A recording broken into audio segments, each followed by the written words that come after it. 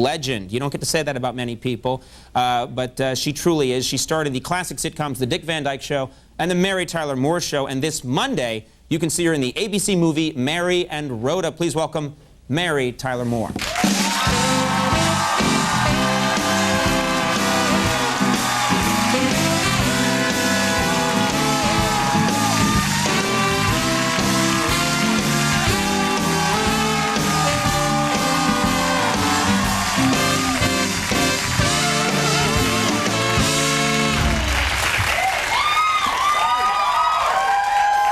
Thanks for being here. Well, it's nice to be here again. I was just so interested that I had to see you prove yourself on the first show before I would agree to do the second show. I know, exactly. You would just check out, who is this clown? And prove yourself you did, babe. Well, you thought you were coming to see Letterman.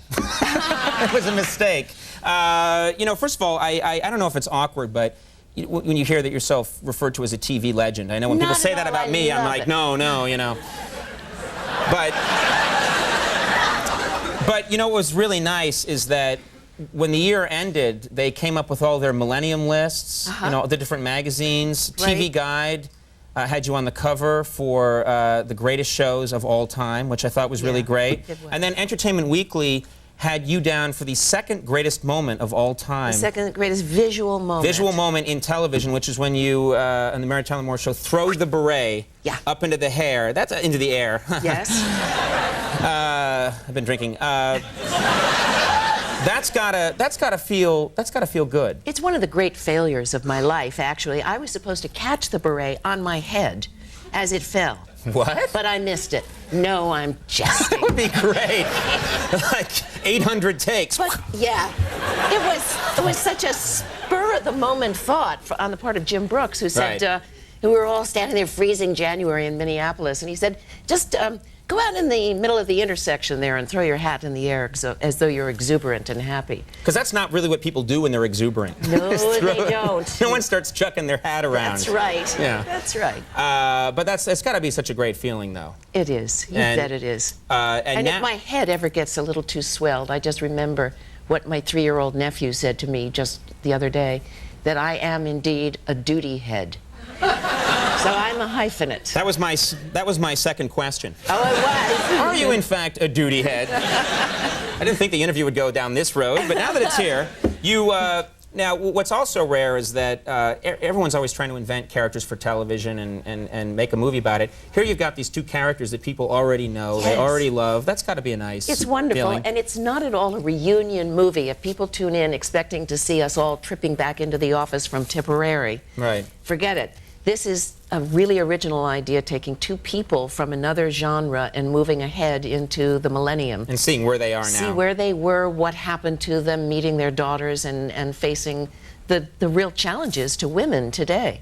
They are in their 50s, 60s, and trying to find jobs. Not easy. And this was shot in New York City, is that right? Yes, it was. Yeah. And how was that? Did you? Is it? I never know what it's like. Sometimes we, go outside with cameras and things. It can be a little difficult in New York City because if you get in someone's way, they punch you. Yes. And I'm talking about elderly women will punch you here. That's right. And they are really accurate too. Now, they were unhappy with us at an apartment house that we used on Central Park West because apparently there were some parking spaces that everyone in the apartment counted on. I don't know why. But we moved in with all our trucks and equipment, and they weren't able to park, so they were really delighted to see us go. They didn't have very nice things to say about us. Really? New Yorkers were cruel to you? But we took care of them. You mean you had them taken care of? Yes. Okay, I won't ask anything about that. You do your own stunts in this movie, is that right? Let's talk about that. Isn't that the most absurd thing you ever heard? But there is a scene where I'm chasing after a stray dog who's weaving in and out of traffic. And there was a stunt woman who was hired to do this fall. And I looked at it and I said, oh, that's a little too dramatic. It's too much. It's too big. She looks like she really hurt herself. Right. So let me try it. Let me just do this. And I planned it all out. Camera's rolling. We go to do it. I come to the rolled up carpet that is traipsing across the sidewalk, and I caught my toe in it. It was about an inch higher than it was supposed to be. And Conan and I became airborne and did a perfect 3-point landing, fracturing 2 bones in this hand. Yes. You broke your hand? It was the second week of filming, too. And the people whose parking spaces you had stolen were overjoyed. They were laughing and applauding. Yes. Started kicking you when you were down. Yeah. Well, I think we have this clip, so we can. do you? Oh, yeah, good. we have you getting badly hurt. Let's take a look. And listen to the sound of bone on cement. You'll hear it. Stop that dog! Please, dog! Please!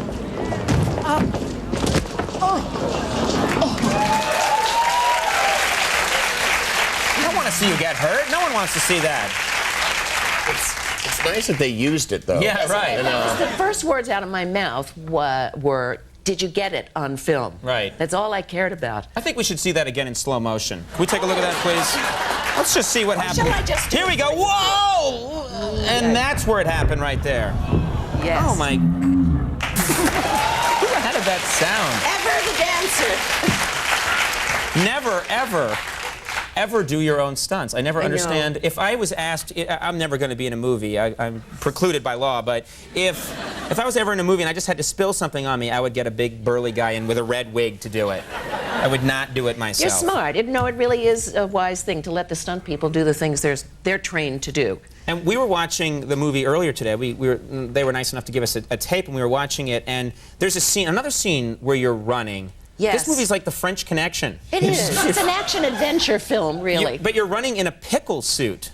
Yes, it's one of the jobs I visualize for myself. I'm trying to get a job in news again, and I don't seem to be having much luck. And so one of the things I think maybe I could do well, my many gifts, is work for a deli dressed as a pickle in front, handing out flyers to people who come along. So this is what Mary is doing now. Yes, but I did such a good job on it. And don't you know, Linda Stassi reviewed it as though I were a lima bean?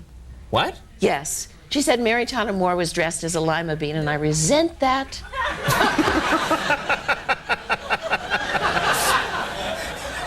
Yeah, it's like, that's not a big thing you go to a deli for. No, I want that right. lima bean sandwich. Exactly. I think we have a still of the, let's see if you actually look like, no, that's There. Now see, that's a pickle. actually, Lima bean. Let's write this woman and figure this out. Well, Mary and Rhoda is it's Monday at Monday. 8:00 p.m. Yeah. on ABC. So check that out. And we can't thank you enough for stopping by. oh, thank it's you. always Conan. nice to have you So here. nice to see you, too. Mary Tyler Moore, everybody. We're gonna take a little break. Virginie Ledoyen is coming up. We'll be right back.